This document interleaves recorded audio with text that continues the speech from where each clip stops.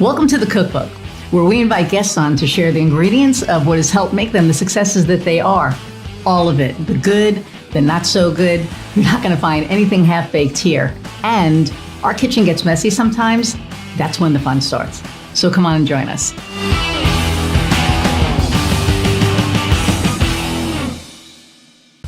Hey everybody, and welcome to another episode of The Cookbook. I'm your host, Iris Goldfeder, and I am super excited about our guest today.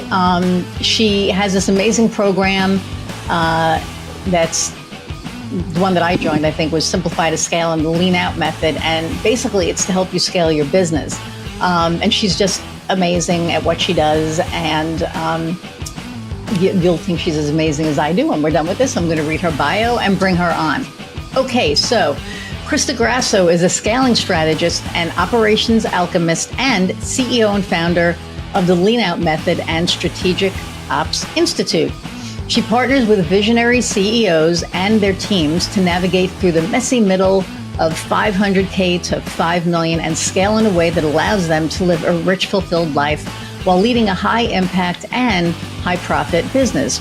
Through private advisory and her signature Simplify to Scale mentorship experience, she helps businesses remove unnecessary complexity, up-level their business operations, and build out their lean dream team, including a right-hand person they can trust, so the day-to-day is no longer dependent on the CEO. And how freaking nice is that? Okay, so without further ado, let's meet Krista. Hey, Iris. Thanks so much for having me on. I'm so excited for our chat. I know, me too. It's like I haven't seen you in so long. We saw each other 2 hours ago. I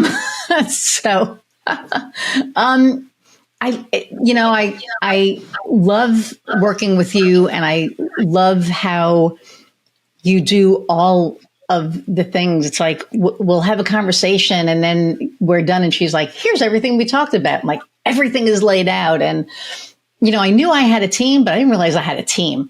And I remember the first time that you were like, here's your team. I was like, holy shit, you know, not realizing the team and really how far I've come as an entrepreneur. It's crazy. So first off, tell us about Krista. Tell us about you, your journey, like all the things, because you're just like amazing. Absolutely. And I just want to say, I love being alongside you on this journey, because when we first met, seeing just simply the growth that you've experienced in that period of time has been absolutely tremendous. And seeing where you're at with your team and where you're going with things, also just so incredible. And for me, this is like what fuels me. This is my passion. There is nothing I love more than partnering with amazing, incredible rock star business owners who I would consider best friends anyway, and helping them take the beautiful, big, bold vision that they have in the dreams and the ambition and the impact that they want to make, and finding a way to get there where it's really simple, it's really sustainable, so they're not killing themselves and hustling 24/7 and burning themselves out or burning their team out along the way. And ultimately, so they can live what I call a rich, fulfilled life, which is where you actually like what you do. You like the people that you spend your time with, and you are constantly fueled by what you're doing instead of drained by what you're doing, which I think becomes the case for so many of us when we start businesses, right? Most people I work with tend to start off pretty passion fueled, and then the early years of business can get a little draining. You're wearing all the hats, you're doing all the things. You finally realize, okay, I need a team. What is this operations thing people keep talking about? I guess I need something called systems, and people don't entirely know what it means, and they end up making a lot of hiring mistakes. They end up investing a lot of time and money and creating these detailed SOPs that nobody uses and that they didn't need. And a lot of mistakes get made, and it can be really disenfranchising. It's like that thing that you once were so passionate about, you're all of a sudden feeling really trapped by, and you feel really drained and like, what is this business that I created? Do I even want to keep doing this anymore? I have so many conversations with people who joke with me, but I think they're only half joking. Like, sometimes I wonder if I should just get a job. And it's like, no, you should not get a job. You are brilliant and you are amazing. And this is such a solvable, fixable problem. Let's do it. Yeah. And it's amazing because I remember the very first time we spoke, I was talking about doing a VIP day. And I said, well, I'm this much an hour. And you were like, no, you're not. It's this much a day for the VIP thing. And I was like, what? Like, I just couldn't even like think of that because I never like looked at things like that. And you have really helped me like look at things differently. So like, contracts now, I don't look at a per month thing. I look at an annual, the client may pay me per month, but for me, it's an annual contract, right? It's like I'm looking at it and this is how much it's going to yield for the year. And it makes things so much different and better because it's less stressful. It's like, yes, I'm bringing in this much at the end of the month, but by the time the year is over, this client is going to be this much money. And it just changes the outlook on everything. And it changes how you look on, paying people. Like I have, a client now who, we talked about this earlier. She's paying me for half of the year up front. She did that last year also. So now where the challenge comes in is realizing that she paid me for half. So I have to kind of, not spend it and stuff. I have to like put that in a little, bucket. My wife will love this because she calls everything a bucket. Like this is a bucket of water. It's not a cup. She's like, throw it in the bucket. But, I know that money goes into a certain bucket so that next year I have where to pull it from. And it's just, I just look at things on a much larger scale than I did before. And that's because of working with you. I love it. Well, there's a few different things about what you said that I think are so important. There's the scalability factor, right? Not only does it make your business more scalable when you make those shifts, but it honestly simplifies things and make things so much easier for your clients as well. And so I think sometimes the hardest transition for people who are in more of a service provider type model is moving from charging either by the hour or charging by the project to looking at things in a different way and doing more value-based pricing. And that can be a really hard transition for people, especially if they've built up a multi-six-figure business. They've been in business a long time. Their clients are used to them working in a particular way. But once you get past the initial unease of people not, responding well to anything different, no matter what you're doing, it ends up being something that people really appreciate much more from a client perspective. It tends to lead to higher conversions, and it just makes it so much easier and more scalable within your business. But the other thing you said that's so interesting, and I work with so many clients on this, is cash flow is like seriously a challenge for so many business owners, and it doesn't get easier. A lot of times people are like, well, when I hit 250, it'll get easier. When I hit 500, when I hit 7 figures, when I hit, 8 figures. Cash flow is always something that is so important to manage. And sometimes you desperately want people to pay in full. You're like, I've got to pay off this credit card, or I want to invest in this amazing program. It would be really great if I got somebody to pay in full. But other times you really want people on a monthly retainer because you want that consistent cash flow. 100%. And knowing, what your strengths are. Like some of my clients cannot budget for like pay in fulls. And so we organize and orchestrate all of their programs to incentivize monthly pay because that fits the way that they work better. Other people are great with cash flow and they're like, no, I just want everybody to pay in full.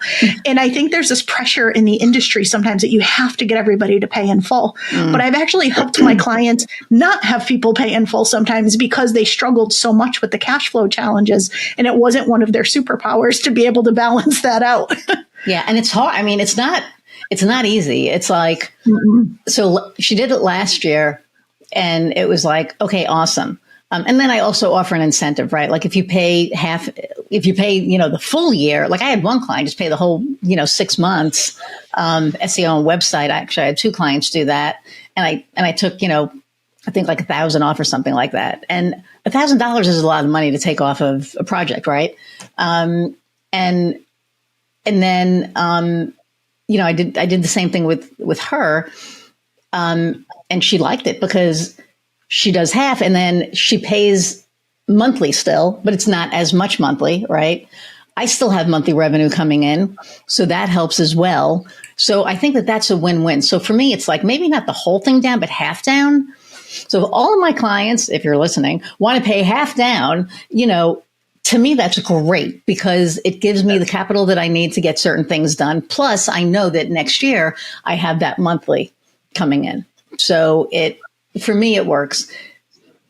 How did I learn to manage it? Was not easy, because last year I was like, woohoo. And then it was like, oh shit, no, that I still have to pay these people every month. So, back up. And that's when I was able to, like open another account and make that the paying account. Like, this is where everybody that I have to pay next year, that's where this goes in this little, bucket. And then I'm okay, because then the other things that I have to do, I can do, but it ain't easy. That's for sure. And I had to hire a bookkeeper. So that was good, because I don't do books well. Yeah, not my superpower either. I help people with their numbers all the time, but that is not where I would prefer to be spending my time day to day. So I will gladly have my bookkeeper do her magic. So how did all of this start? Like, how did the Krista phenomenon start? Because I think you are a phenomenon. I like, the people that are on our calls are, they're badasses. I mean, we have Jen and, Stephanie, who I'd love to get on this podcast, but I'll talk to her about that. I think that, you work with a lot of badass people. And so how did that whole thing start? Yeah, so it's really interesting. I always, my entire life, knew I wanted to be an entrepreneur. I never really wanted to work for someone else. I'm one of those people who, I think part of what drew me to creating systems is that I think most systems are really stupid. And so I end up looking at it and I'm like, why are you doing it like that? That's so complicated. It could be way simpler. Let's do it like this. And so I always kind of knew that I wanted to do my own thing. I naturally see the world, I think, through a little bit of a different lens than most people, because I am equal parts right brain and left brain. I am just as creative as I am structured. And it is a really odd balance to see the world through that lens. People joke that I'm like a walking contradiction, because whereas most people fit into one of two boxes, I kind of straddle the line and can go back and forth in any, given moment between the two. But it just gives me kind of a unique vantage point for things. So knowing that I wanted to do my own thing, I was a fine art major. I wanted to have some kind of artistic business and brand. I wasn't entirely sure what it was going to be. But as I'm nearing graduation, I start to let my mom's voice get in my head and other people's voices get in my head that, if you're going to do something with business, you should probably know something about business. Otherwise, you're going to end up working in a coffee shop the rest of your life, like most artists, and you hear this often enough. And I'm like, all right, maybe I'll get a business degree. And so I switched majors, ended up getting a business degree, and I graduated. And I was like, okay, well, now what do I do with this thing? And so one of my morning customers at Starbucks, I was managing a Starbucks at the time, he had actually offered this incredible position to me. He pulled me aside one morning and said, why are you here? I think, there's so much more that you could be doing. And I actually have this opportunity if it's something that would interest you. And ironically, the company that he was trying to bring me into, I had interviewed at twice. And both times they were going to offer me a position, they canceled the rec for the job. Both times. And he ended up pulling me aside one morning and said, I'd love to have you do this. Have you heard of this company? And I was like, yes, I've been trying to get in there since I graduated. And he said, great, I'll have you come in. But the only way I could have you come in, because I need you to start tomorrow, is if you come in as a consultant. I was like, okay. I had no idea what consulting even was. No clue whatsoever. All I knew was I got a job. I was pretty happy. Wow. And so I took this job, and my plan had been, I was just going to work for a couple of years, pay off my college loans, figure out what I wanted to do for my creative business, and kind of get that off the ground and going. And the company that I got hired into, I ended up being brought into a role that was like a project management role. I'd never heard of that before. I'd managed a lot of things. I'd actually run businesses in the 90s. And this was the early 2000s. Yeah. And so I came into this role and I found I actually really liked it. And then I ended up in a company that was lean. And I realized I really liked lean. Lean made a lot of sense to me too. And so this thing that I thought I was going to do for this short period of time to go off and do my creative thing ended up ironically being what I created my entire career around and am still doing today with lean and consulting and working with businesses. And a lot of what I was doing was I was helping businesses be more efficient, be more profitable, and scale, whether that was introducing new products to the market or selling more of the products that they already had. So So how could we take a business and help them scale, and not just scale their revenue, but really ramp up their profit margins through both new business and increased efficiencies? And how could we make sure that they were making the impact that they wanted? And I've spent now, about 25-ish years doing this for some of the largest, most successful businesses in the world. And at the same time, off to the side, I have been also doing the same with small businesses. And I absolutely love the mix of both. It's kind of fun to transform these incredibly huge companies and to work with thousands of people and have such a big impact and ripple effect to all of their customers as well. And there is nothing quite like working one-on-one with a small business founder and helping them make such a big impact in their business that then ripples out to all their clients as well. So I do a little bit of both. And over the years, I did start my creative business. I started my jewelry business, which I still have today, 20 years later. You're holding up some of my jewelry. Put it right on. I love it.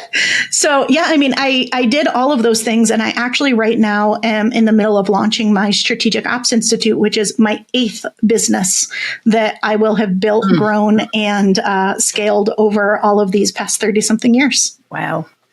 It's amazing. I want to be you when I grow up.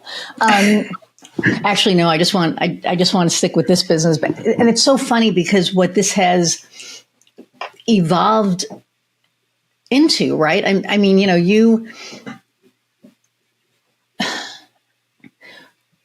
one of the things that I really love about working with you is like you challenge me.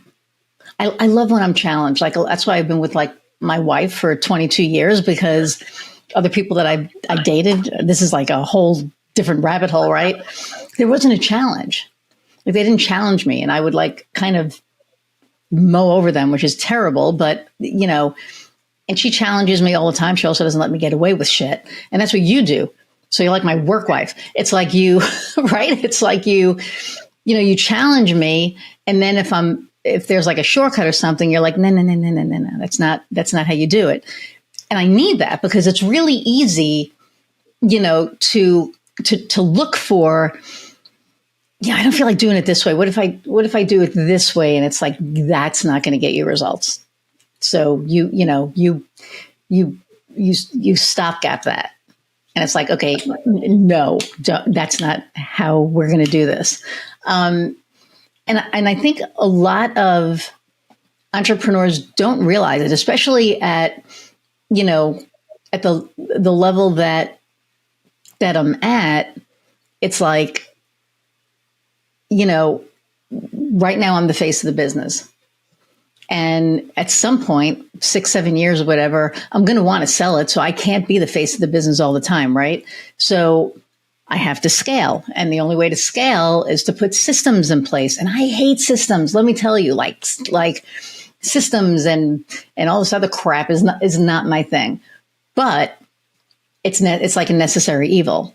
So I know for me, it's like I go kicking and, like, I don't want to do this, but it's necessary, especially for this, next step that I'm taking. What I do find funny is the whole go high level thing, where we were talking about that and you were like, I'm going to tell you not to do that now. And then it was like, I'm going to tell you to do that now. And I think it was like a 3-week period. And I was like, son of a bitch, because I canceled it and I restarted it again.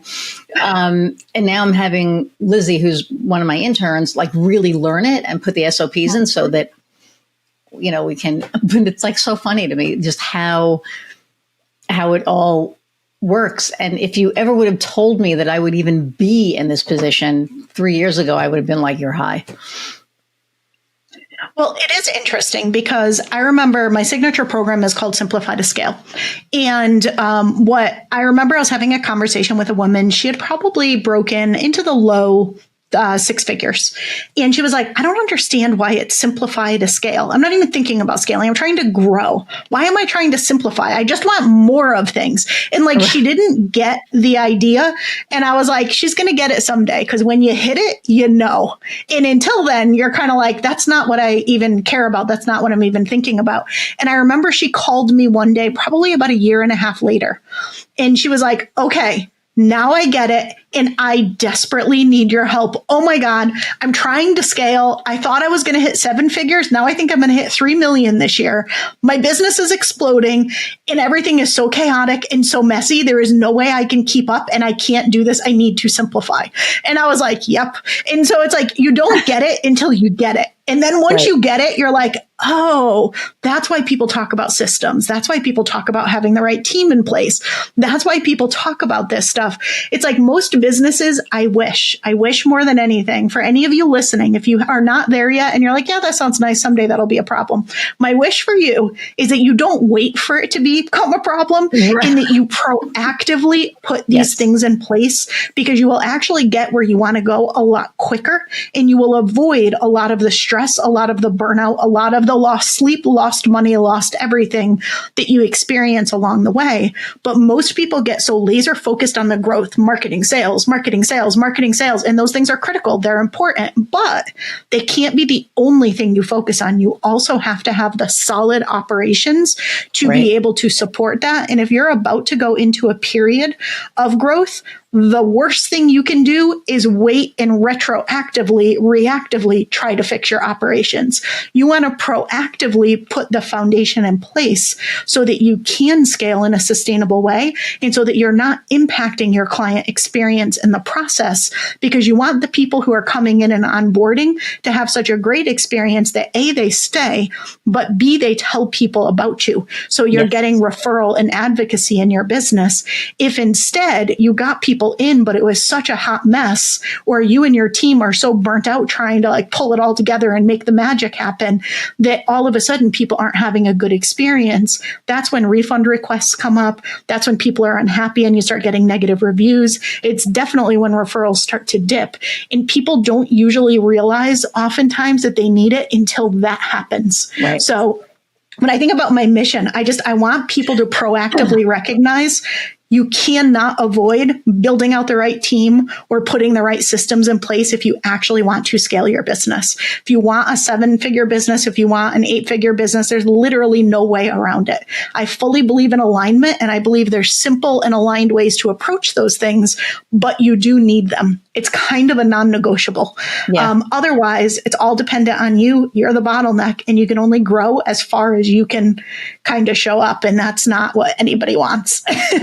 I mean, no. And that's why I remember, when we first spoke, I was thinking, how in hell am I going to afford this? I'm not ready yet. And then I was talking, I think to Nate. Was it Nate? Who was I talking to? I can't remember who I was talking to. And I was like, it's time. And then I said, okay, let's talk. And that was it, because it's like, I see what's coming. It's like, I'm not there yet, but I want to stop the bleeding before it starts, because of what we talked about. I don't want to be in that position where all of a sudden there's all of this stuff going on and I can't handle it. And then some of the clients get slip between the cracks, because that's never okay with me. I run a relationship-based business, right? So everything for me is about relationships. And so I have to know that everybody is taken care of. And if my systems aren't in order, how the hell am I going to be able to help them properly? So, for all y'all, listening, it's super important. Like, don't wait. Like, I kind of sort of didn't wait. I think I'm like at that cusp where if I would have waited a few more months, it would probably have been too late at that point to not have been ahead of the curve. So, so there are people that are listening to this that are thinking about becoming entrepreneurs, right? So what advice would you give somebody who's thinking about becoming an entrepreneur? Because it's like serious stuff. Oh, it is. So sometimes ignorance is bliss. And if most of us knew what the journey was really going to be like, we might have been like, that job doesn't sound so bad after all. But that being said, I think those of us who are entrepreneurs by nature, we are just wired this way. We are meant to have our own business. And it does not matter how painful or how much we work or what we go through, we are going to find a way and we are going to make it happen. And so if that's you listening, there are things that you can do that will simplify your journey and that will make it so you do not have to trade your personal life and everything else for the business. And I think the thing that I would say, that is most important, and that looking back, even on my own early journey in entrepreneurship, I wish I had done. Be really focused and don't be afraid to laser focus in on one thing for one person. A lot of times people think, and it's really hard to break this line of thinking, if I will do anything for anyone, then everyone's my customer and everyone could say yes. And therefore, I'm going to be the most successful. And I'll try that for a while and then I'll see what people want. And then I'll create the business around that. And that's a really slow, really work intensive way of doing it.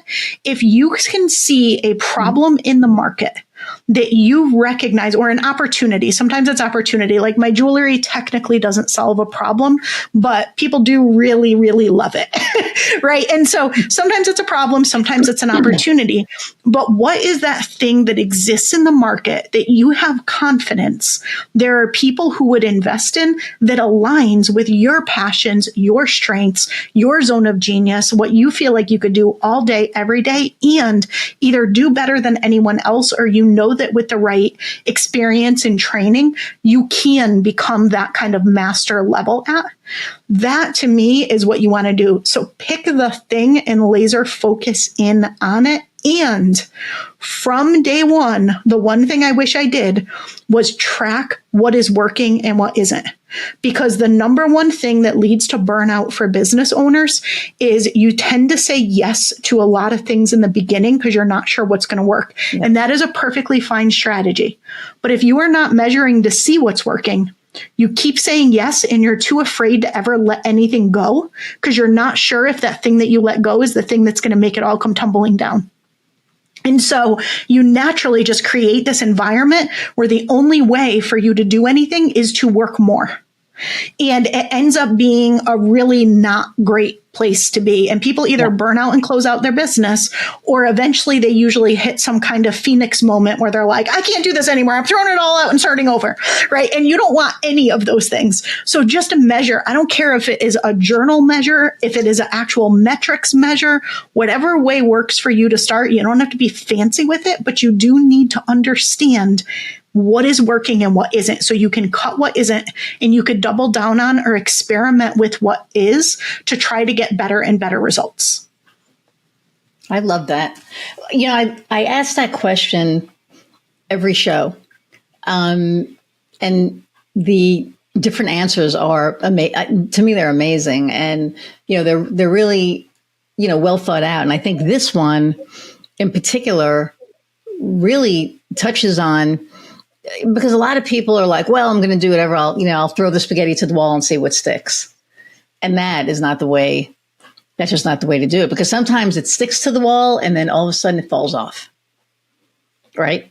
I mean, I've seen that happen. I worked in catering in New York, and I remember the whole, how do you know if it's al dente? Throw it at the wall. And we would throw it at the wall, and sometimes, it would stick. And we had this like one spot in the kitchen. We had to like clean it all the time, but it's the truth. It's like, if you do all these things and you don't keep track of what's working, how are you going to know what's working and what's not? Yeah. So I really love that a lot. Well, I think too, a lot of the fear is, but I haven't done this yet. So how do I know what I want to do? How do I know? And so if I just do everything, I'll figure out what I like. But the reality is you are going to reinvent and you are going to rebrand and you are going to reimagine your business so many times over. You are not going to get it right out of the gate. It just doesn't happen. Like before Lean Out Method was Lean Out Method, it was called Fashionably Lean. I did the same thing, but I worked with fashion and accessory brands because I have a jewelry business, which I've scaled to be something really successful. And a lot of people wanted to know what I did. So it started as Fashionably Lean. And then I realized, as much as I love that market, that is the market that is the most resistant to operations. And so therefore, I was going to change and work with more service-based businesses instead of product, rebranded to Lean Out Method. Before it was Fashionably Lean, it was called From Passion to Profit. I know that's very well known now, but I started that brand back in 2007. It wasn't so well known back then, right? And so I've rebranded and reinvented many times. My jewelry business, which has its 20th birthday, started off as Amber Tortoise. It's now Chris Cara. Before it was Chris this car. It was nearly naked. I passed through this little period where it was nearly naked, and I realized nobody would look at that website from work because it would get flagged by all of the triggers. 100%. And so nobody wanted to go to my website. And so I ended up rebranding. But you're not going to get it all right. And I think people want to get it so right from the beginning that they're afraid to commit to anything. Whatever you commit to is just a for now. And you're going to try it and you're going to learn from it for now. And you can change and rebrand and reinvent many times over. And you probably will throughout your journey. Yeah. Oh, 100%. I mean, I have. I think I did like 2 or 3 times. There are people listening that are seasoned entrepreneurs. What's like an obstacle that you've gone through or you're going through that, they may be going through and they may need some guidance on? So I think as an experienced entrepreneur, right, one of the most challenging things that we ever face, there's a couple different ones, but one of them is being able to truly get ourselves out of the day-to-day of the business. Like for real, get ourselves out of the day-to-day of the business where you can truly go away on vacation and your clients or your team aren't pinging you. And it's not just that people aren't reaching out to you, but you don't have all the mental tabs open in your brain where you're constantly panicked about thinking about, wondering if things are falling apart, wondering what's happening. Like being able to have that actual separation from your business when you need it, and also having the right people, the right systems, the right structure, the right things in place so that your business runs really smoothly and you do not have to play superhero and swoop in and fix everything all the time and be the one who has to make like all the critical decisions. And it sounds good. And people share all sorts of ways that you can do this. All you need is SOPs. Not true. You do need SOPs, but that is not all you need. All you need is this. All you need is this. And what I will tell you is it's an actual entire scaling ecosystem that you need. And it doesn't sound as sexy. People want that one little thing that they can do that solves the problem. The reality is it's an entire ecosystem. But I would say kind of the linchpin of that ecosystem, the thing that is the most important and that will actually be the thing that allows you to have freedom in your business is finding the right-hand person. And finding the right-hand person at the right level. That has made such a big difference for me. It has made such a big difference for my clients who I partner with. It just, when you have that right-hand person, this is the person who understands your vision so fully that they embody it and they take on ownership of bringing it to life. This is the person who understands how all the facets of the business fit together. Yep. Doesn't mean they are doing all the things, but they understand what needs to get done to make that vision a reality, what the constraints are that are in place that they need to work within, whether it's budgetary or time or what those things are.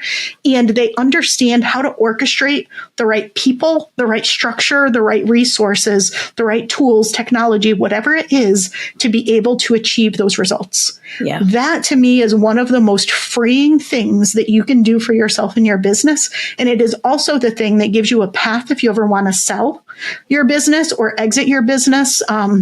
Move into more of like a board seat on your business instead of the one who runs it day to day, right? There's a lot of optionality that gives you, but it just gives you a whole lot of peace of mind, a whole lot of freedom. Yep. And in order for them to be successful, they're going to need the right team under them. They're going to need the right systems. There's a lot that needs to be in place for them to be successful. So you can't just hire a person and it's magic. All of a sudden you're out of your business and poof, it's problem solved. But that is to me the linchpin of the scaling ecosystem and having that freedom in the business.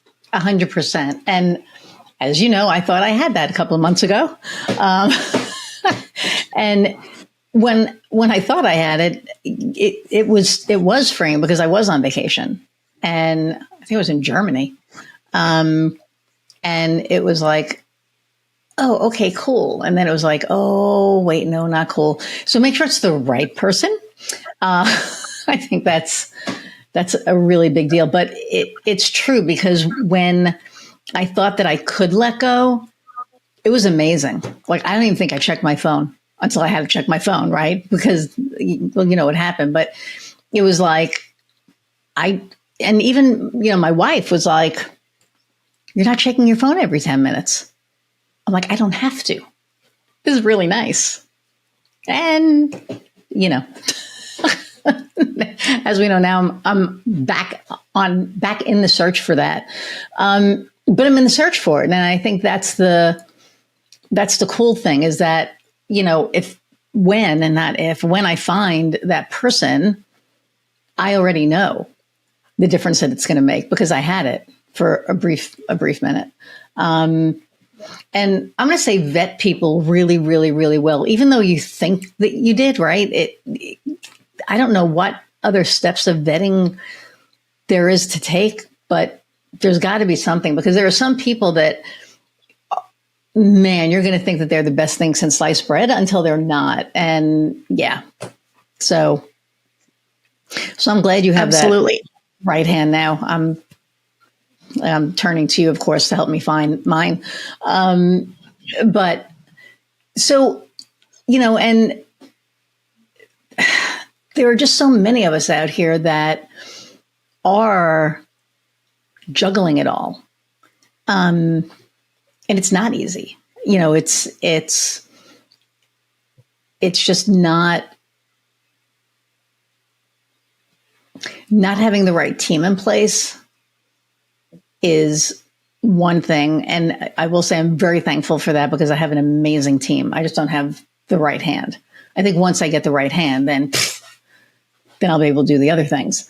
But just in general, I think that, and correct me if I'm wrong, having that strong team underneath you also cohesive so that they are communicating and they are communicating with each other. And one of the things we talked about were the values, right? And I think one of the most important ones is that they can look on a larger scale that their actions or inactions have consequences, or they help the wheel turn.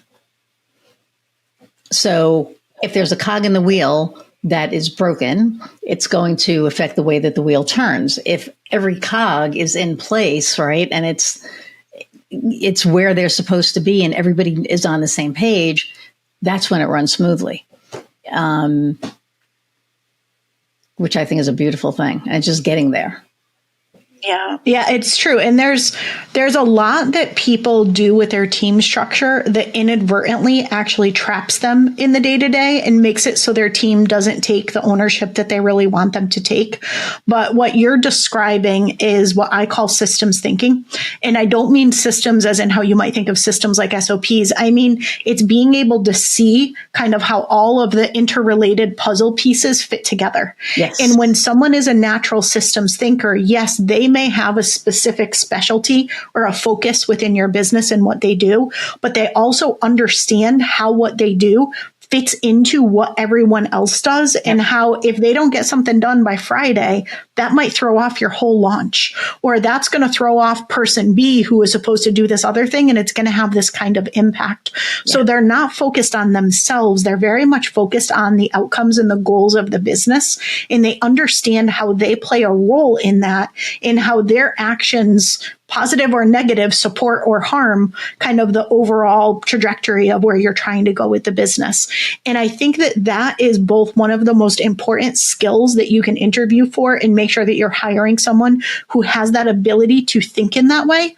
But also you have to create the environment for them to be able to behave in that way. Right. If you're trying to hire systems thinkers and then you're giving them 150 point SOP checklists to follow and telling them they cannot use their brain, the only thing that they can do is check things off of a checklist, they're going to naturally lose that willingness, desire, or ability to be a systems thinker on your team.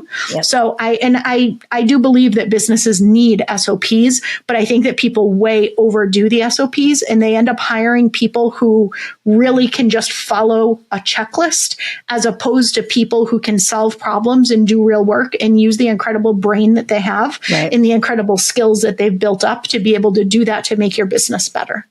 Yeah. And I think that's 100% correct because when you don't give people that freedom to think, right, it kind of stunts their growth. And as leaders, I think it's our responsibility to to let them think. So Lizzie's my intern, right? And she's so freaking smart. And she did something, and she did something in AI.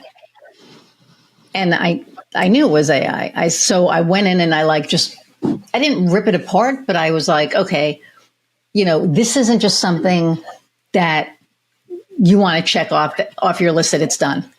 I know you're busy. We're all busy, but you got to take your time with it. And you got to take your time, and you need to look at that. If this was your company, if this was your business, would you want that out there? No. Great. Then why the fuck would you put it out for this? And not in a mean way, like in a very nurturing, way. And she was like, you're right.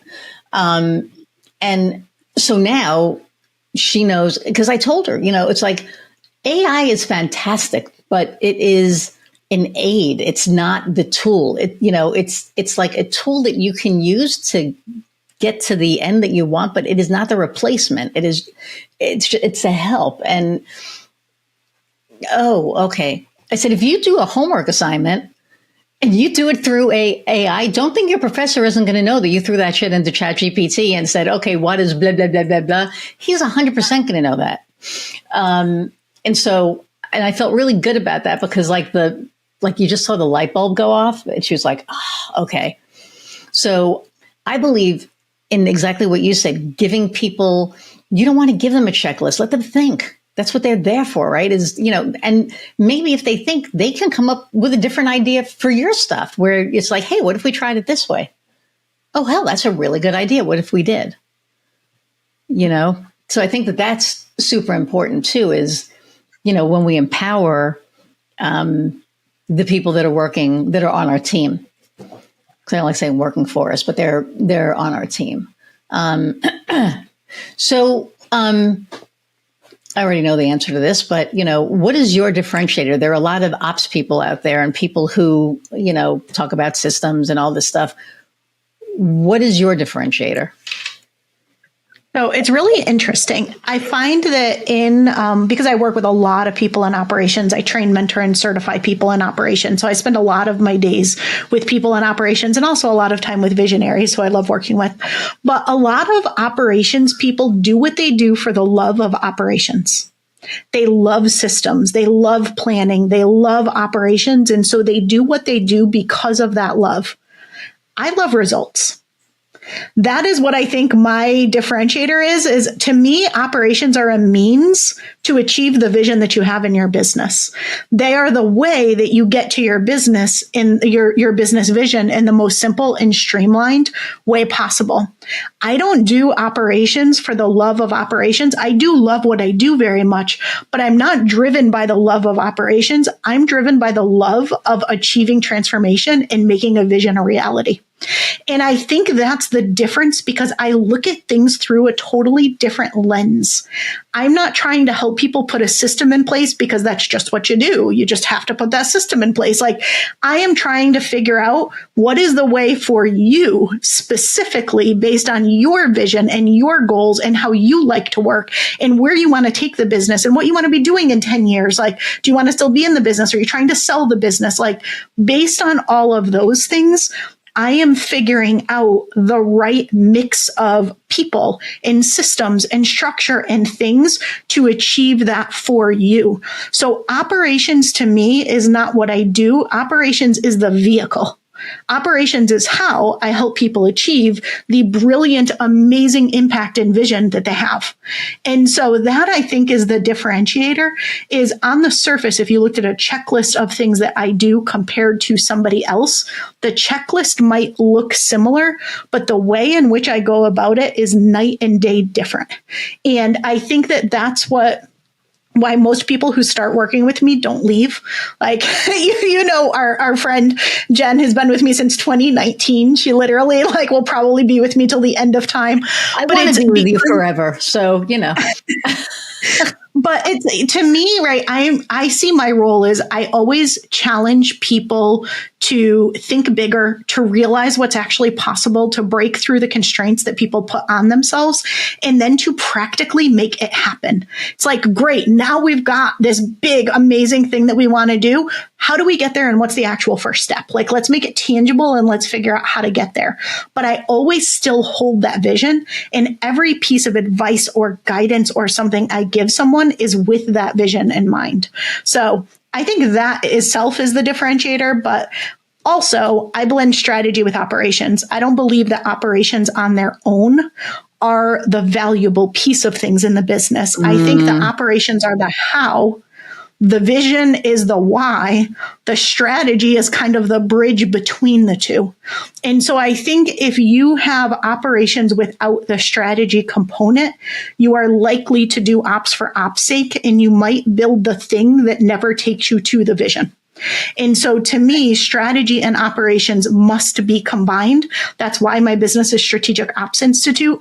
I want to see all operations people, all right hands, anyone in an operational role, not see themselves as an operator, but understand that their role, in order to be effective, they need to also understand and take ownership of working with the founder on their strategy, so that the operations and the team and the things they're putting in place ultimately lead to the vision and aren't just ops for ops sake. Wow. And I'm here to attest that it's all true. So, I mean, it's the truth. It's like, I just look at things differently, and my business looks completely different than it did, when we started. And I think my trajectory is even going to be a little bit different at this point. So I will tell you, if you are looking to simplify to scale, if you are looking for the strategic ops, I can't talk. Krista's the woman. Like, I'm going to leave her like the best review when we're done, because when you work with somebody that makes you think differently, that's huge. And I'm a stubborn little bugger, right? I mean, for me, it's like, no, I know what I'm doing. I it's working. Like, whatever I'm doing is working. And it's not that it's not working. What Krista does is enhances what you do and improves upon what you do, because those systems, and I'm telling you, the first time you see your team on paper, it's an eye opener. Because then you realize all of the pieces of the puzzle. Like for me, for our, Gasstovecreative is a marketing agency, and I work with all contractors because I love the puzzle. I love being able to put, we have this project, great, I'm going to put this person on this project, and then I could like move all the, pieces. And that's what it's kind of like. It's like looking at the team and going, oh crap, so I have this here. I never even knew I had that, but I do have that. And it's very eye opening. So, I love it. And I'm, if I have my choice, never going to leave you. So that's, you're stuck with me.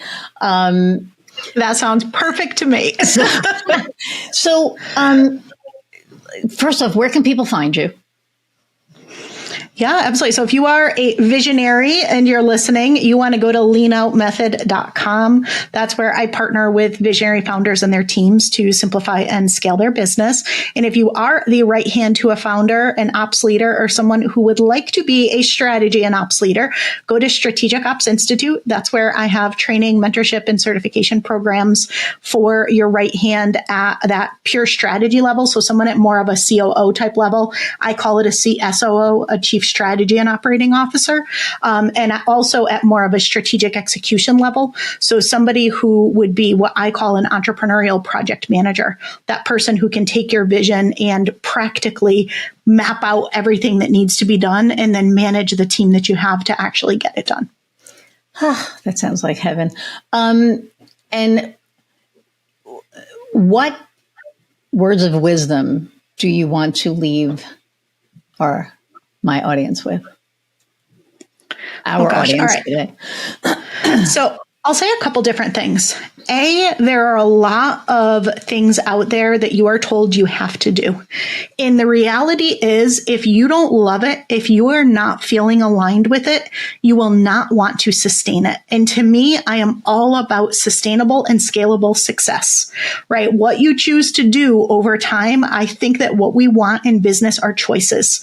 And when your business is scalable and when your business is sustainable, you have the choice to be able to do what you want. But you have to have a business that is in alignment. To me, that is so incredibly important. So I think the most important thing that somebody can do, I know this year has been really challenging for so many businesses. Things that were working stopped working. People are losing clients a lot, or they're not quite sure why people aren't converting in the way that they used to. It's been kind of a wild roller coaster of a year for a lot of people. And the only silver lining that I see in that is sometimes when things stop working, you can kind of give yourself permission to throw it all out and start over if you want to.